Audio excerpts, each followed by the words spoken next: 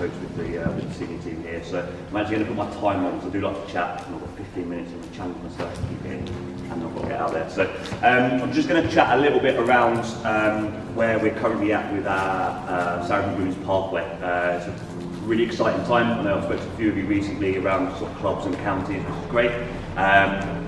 But we're kind of in a really good sort of evolving stage of where we're at, and a massive kind of growth opportunity now in terms of where the game is at from a women and girls perspective, but where we've evolved to in terms of our investment into that pathway, and then how that kind of works and the clarity of that as well. Okay, so the biggest thing for us is kind of education for you guys, for the players, for parents, to understand actually what a pathway is for our younger players as they come through. And how that then, where the opportunities are to, one, play Premier 15s, obviously for us, from a Saracens point of view, and two, obviously have England representative honours from there. So just gives you a kind of a brief idea of our kind of curriculum that works all the way through the club. Okay, so this is more specifically for 16 to 18, which is where our pathway would start with our junior players. Okay, and obviously you guys out in the clubs and counties have got a really key role for us in that. In terms of, one, obviously working with us and understanding this, and obviously highlighting players and understanding kind of what we kind of look for in the 16 to 18 year old, which is very broad, and kind of where the opportunities are for them. Okay, so again, it's going to be very varied and it's very fluid, especially as longitudinal development of players kind of goes through kind of the age groups and where the women and girls game is at. So we've really kind of brought it down to like 4 key points, which for our part of the pathway at the top end, which I'll jump onto in a minute in terms of what that looks like, again goes into a massive point of difference. So that might be physicality, it might be the fact that they're 6'8", okay, and they're 17 years old. They can't catch and pass, but they've got a massive physical potential, so we can work them, we can make them better rugby players. It might be that they're absolutely rapid and they've transferred from an athletics background and things like that. Okay, it might just be actually their point of difference is they're a really good rugby player. So actually understanding kind of those qualities and how consistent is it with some of these young girls. And again, our basic core skills like catch pass and everything else. And again, I know it's fundamental, but this is where again it's kind of one of those things we've got to just keep hammering the fundamental basic skills.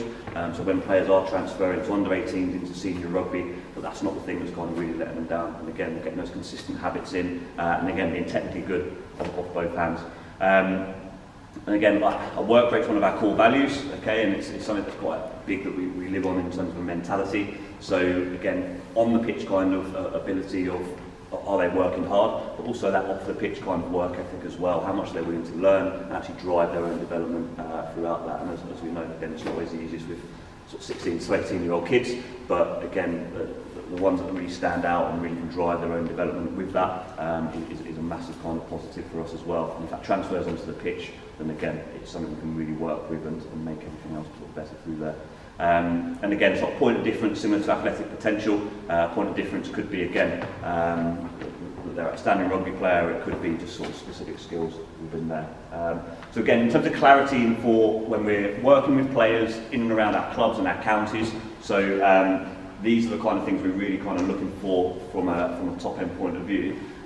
This is more sort of visual in terms of for you guys and players understanding kind of what a pathway looks like for an under 18s player, which kind of mirrors alongside the Red Rose pathway, but obviously from a Saracens and a club point of view, the opportunities that we have. So obviously down at clubs and grassroots, obviously we can start somewhere within there. So under 16s, when we're sort of starting to highlight these players, that's where we're looking to, across those kind of key points in that curriculum, looking to highlight into the counties. So our counties feed our centre of excellence.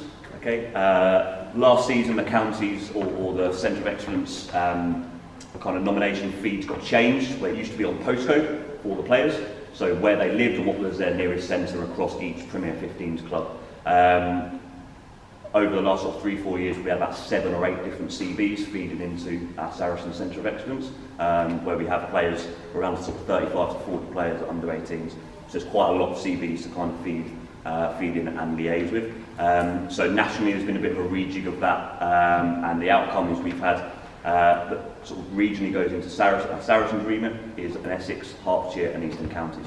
Okay, and again, it's more bespoke in terms of players. Appreciate there's probably a couple of clubs in here from kind of Middlesex way, Saracens amateurs, Old Grammarians.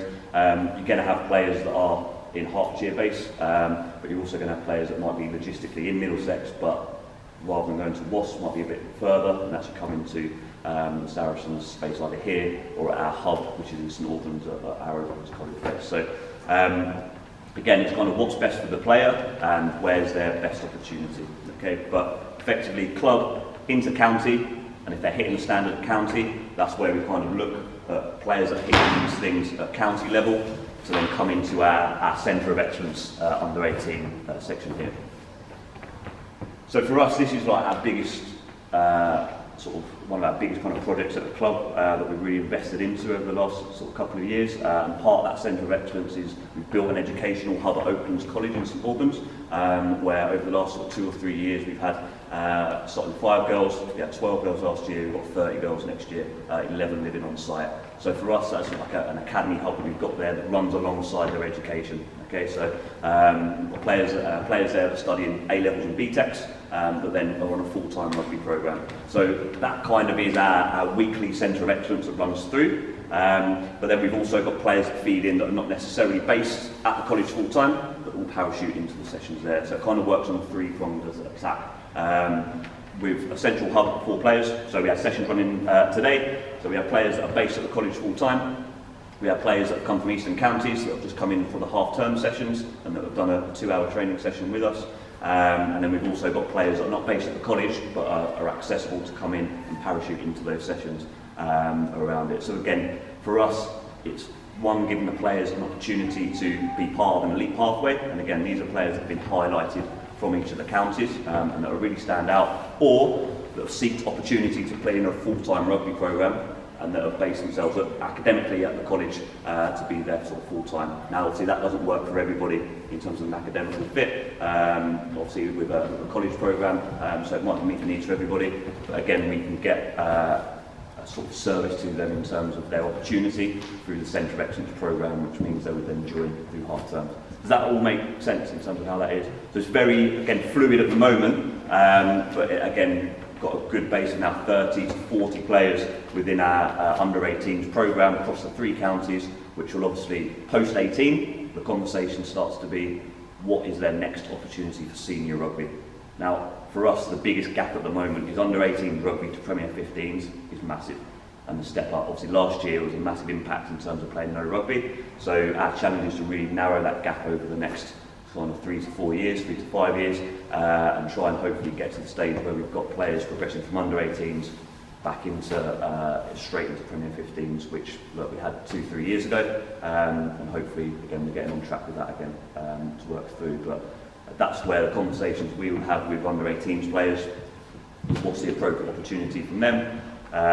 So an example is we've got 5 players that have transitioned into our pre-season from our Centre of Excellence programme this year. So they finished under 18s, they've come into our pre-season, they're probably not going to be playing a lot of Premiership rugby this year, but they'll be dual registered with their local clubs. Okay, so we've got some at our senior clubs in Hertfordshire, some at their senior clubs in Essex, or wherever it's appropriate for them as well. So we'll have a nice balance of them playing at their local club and then coming into us over a pre-season, and when we feel it's appropriate, and then we'll expose them across the next 2 years into Premiership rugby. So we've got a good pathway as it progresses through to there.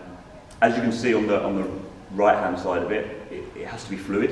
It can't just be fixed in and that player's highlighted at 16 and they stay all the way through. There's going to be opportunities where actually their development's going to go up and down. They might need a speed bump, they might need a bit of a kick up the arse to kind of develop if we feel they've got real potential. They might just plateau in terms of that top end.